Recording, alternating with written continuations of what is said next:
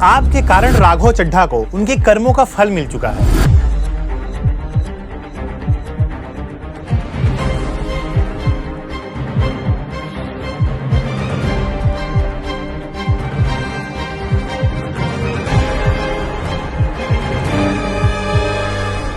और एक बार फिर से एक उभरते हुए लोकनायक को रोका जा रहा है, जिसके कारण आप हैं। जी हां, आप नहीं, आप वाले आप, यानी आम आदमी पार्टी।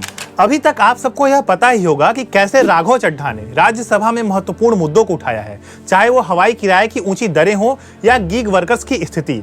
उन्होंने हर बार जनता की आवाज बनकर सरकार को घेरा है। उनकी बातों से हमें उम्मीद और थोड़ी राहत दोनों मिली है। लेकिन 2 अप्रैल 2026 की शाम को जो हुआ उसने सबको चौंका दिया।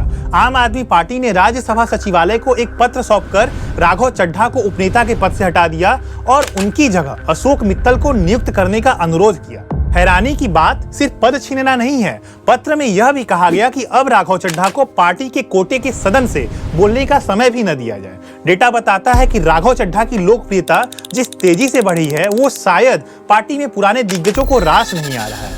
राजनीति का सीधा और कड़वा सच यह भी है कि जब कोई नेता अपनी पार्टी से बड़ा होने लगता है तो अक्सर उनके पंख काट दिए जाते हैं। फॉर एग्जाम्पल, यूपी में योगी आदित्यनाथ जी के बढ़ते कदम को नियंत्रित करने की चर्चाएं भी ऐसी ही रही हैं। नियम साफ है, कांग्रेस में कोई राहुल गांधी से बड़ा और आम आदमी पार्टी में अरविंद केजरीवाल से बड़ा चेहरा कोई बन ही नहीं सकता।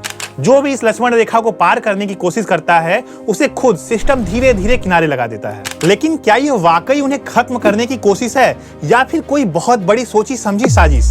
देखिए, किसी भी प्रोडक्ट के स्टॉक में जब कमी आती है तो उसकी वैल्यू अपने आप बढ़ जाती है। यह बिल्कुल वैसा ही है जैसे आईपीएल में एमएस धोनी जब 19.2 ओवर में बैटिंग के लिए आते हैं, सिर्फ 4 बॉल खेलने के लिए, तो पूरा स्टेडियम उनकी नाम की गूंज से भर जाता है।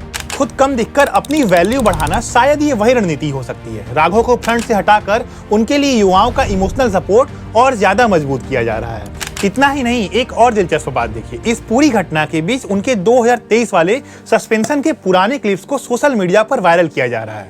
मैं सस्पेंडेड राज्यसभा सांसद राघव चड्ढा। जी हां, मुझे राज्यसभा से आज सस्पेंड कर दिया गया है। और लोग बिना तारीख चेक किए इस पुराने क्लिप से इमोशनली कनेक्ट होते जा रहे हैं और बीजेपी पर अपना गुस्सा निकाल रहे हैं। दुनिया की सबसे बड़ी पार्टी बीजेपी के सबसे बड़े नेताओं से सवाल पूछे, बीजेपी के सबसे बड़े नेताओं से न्याय की मांग करी, उन्हें उन्हीं का पुराना मैनिफेस्टो दिखाकर। जबकि सच यह है कि इस बार उन्हें किसी बाहरी ने नहीं बल्कि अपनी खुद की पार्टी ने उन्हें चुप रहने का आदेश दिया है।